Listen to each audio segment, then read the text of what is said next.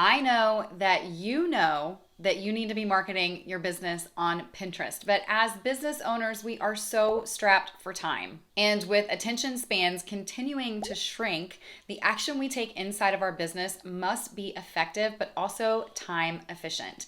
And that's what I want to talk to you about today, a time effective Pinterest marketing strategy that will help you get started, stay consistent, and see results. Hey there, I'm Erica, Pinterest marketing strategist, helping business owners make Pinterest marketing easy with simple strategies that get results. As we get started today, I want you to give me a thumbs up down below if you are strapped for time, ever. I think I would give this 100 thumbs up if I could. Wife, mom, business owner, PTA president, we are all strapped for time these days, which means that the action we have to take in our business has to be effective and efficient. I look for ways to be more in control of my time always, which is exactly why I created the method that I want to show you today. The key thing that I want to get across today, you must plan. You must plan your content, your images, your keywords, and more, everything. When you do a little bit of pre-work up front, it will help you stay consistent in the long run. And that's really the gist of what I like to call my Pinterest time hack method. Now, this method includes 4 key categories: keywords or keyword research, a content aggregation sheet or a content or product spreadsheet, pins or pin design, and then lastly, a system to make it all work, meaning you got to put it in your calendar. Okay, first up is keywords. Now, if you've been following this channel or watching my videos, you know that the first thing that I always do when I start working with a new client inside my Pinterest marketing agency is keyword research. Without knowing what keywords to use, we can't optimize our profile or write pin descriptions or pin titles, board descriptions. Heck, we're not even going to know what text to put on our pin images when we're designing our pins. Knowing your keywords is the foundation to your success on Pinterest, and that's why it is the first step in my Pinterest time hack method. Doing keyword research upfront for all of your content or your products will help you save loads of time in the future. Now, I like to keep all of my keywords saved into one spreadsheet, typically by topic, to keep them organized. And that way, when I'm writing pin titles or descriptions for a client, I already have the keywords right at my fingertips. I'm not doing keyword research for every piece of content or every new product that they released. And this brings me to number 2, what I like to call the content aggregation sheet. The content aggregation sheet is where we store all of our content and our products. Now, what does this sheet include? You're going to have a column for the content or product URL, pin title, and pin description. So now that we have all of our content and our products in one place, and we have already done our keyword research, we can batch write our pin titles and pin descriptions for all of our content and all of our products. Now, imagine the time savings when we're able to do it this way. Having this information done and already at your fingertips means that when you go to schedule your pins, it's just a matter of copy and paste when it comes to your pin titles and your descriptions. You're not writing new and starting from scratch every single time you want to schedule your images. Inside my mini course, Pinterest Plan on a Page, I go into a bit more detail on the content aggregation sheet and really how to use it. Plus, I give you access to the exact template that I use inside my business as well as for my clients. If you're keen to learn a little bit more about that program, I'll include the link down in the description below. But to give you a bit more insight, I want to include a quick snippet of the content aggregation sheet so you can really see how this works live. You will see that we have columns labeled here. We have the content URL, pin title, pin description, pin type with some drop downs, image only, upload date, template 1, upload date, and the templates keep going and going. And we're going to talk a little bit more about pin templates. That's what these templates stand for when we get to the pin creation section. So let's talk about how to use this.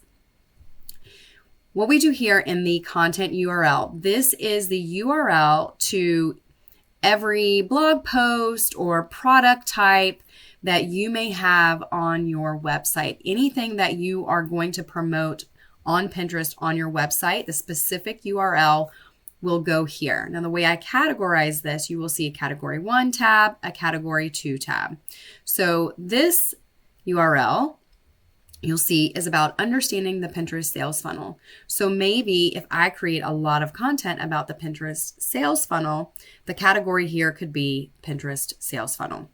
The category here, I could change this to maybe Pinterest ads. Maybe I write a lot about Pinterest ads. So you want to categorize your content or your products in each tab so that you know where to look for that topic in the spreadsheet when you go to create your pin images each month. Okay, so pin title, this column, this is where you will use your keyword research that we did in the last module to write your pin title as well as your pin description.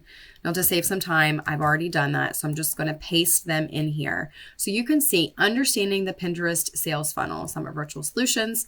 And if you read the pin description, you will see there are a variety of keywords in here that I have used. Again, I've already done my keyword research for Pinterest sales funnel and Pinterest marketing. So I knew what words I needed to include in this pin description when writing it. The third step in my Pinterest time hack method is pin design. Now, this is the one thing I think so many people get hung up on.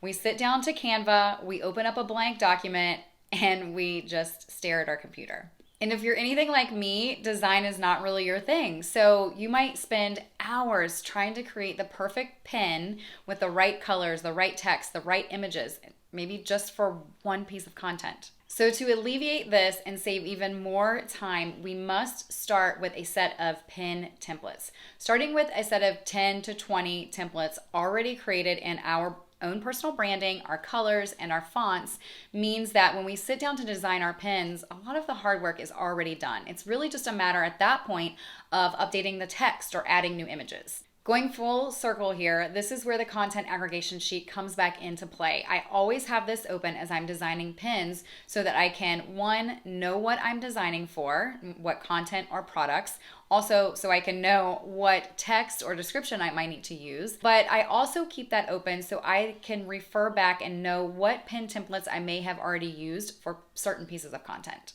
And to make life a little easier in Pinterest Plan on a Page, I give you 15 standard pin templates. And I even go into a training on exactly how to update them with your branding and your fonts. Plus, the key thing here is how to design 5 pins in just 5 minutes. And this training is probably one of the most popular. It's golden and it can be fast. It does not have to take hours upon hours every single week or even every single month. Okay, now that we have done our keyword research, we have created our content aggregation sheet and written our pin titles and pin descriptions, and we have designed our pin templates. The hard part is really over.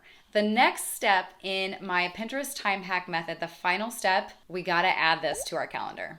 We have to add our Pinterest marketing tasks to our calendar so that we can repeat them monthly and stay consistent, because Pinterest, if it loves anything, it loves consistency.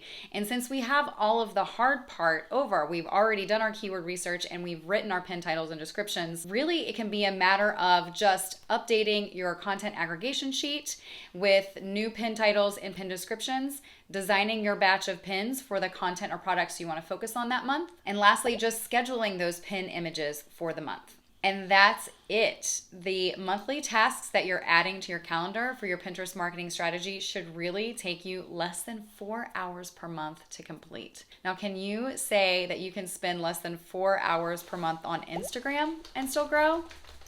I doubt it. Now, I know we covered a lot here today, so any questions, leave them below, but I want to recap quickly for you. To get started, we must, 1, start with keyword research and save them all together in one spreadsheet.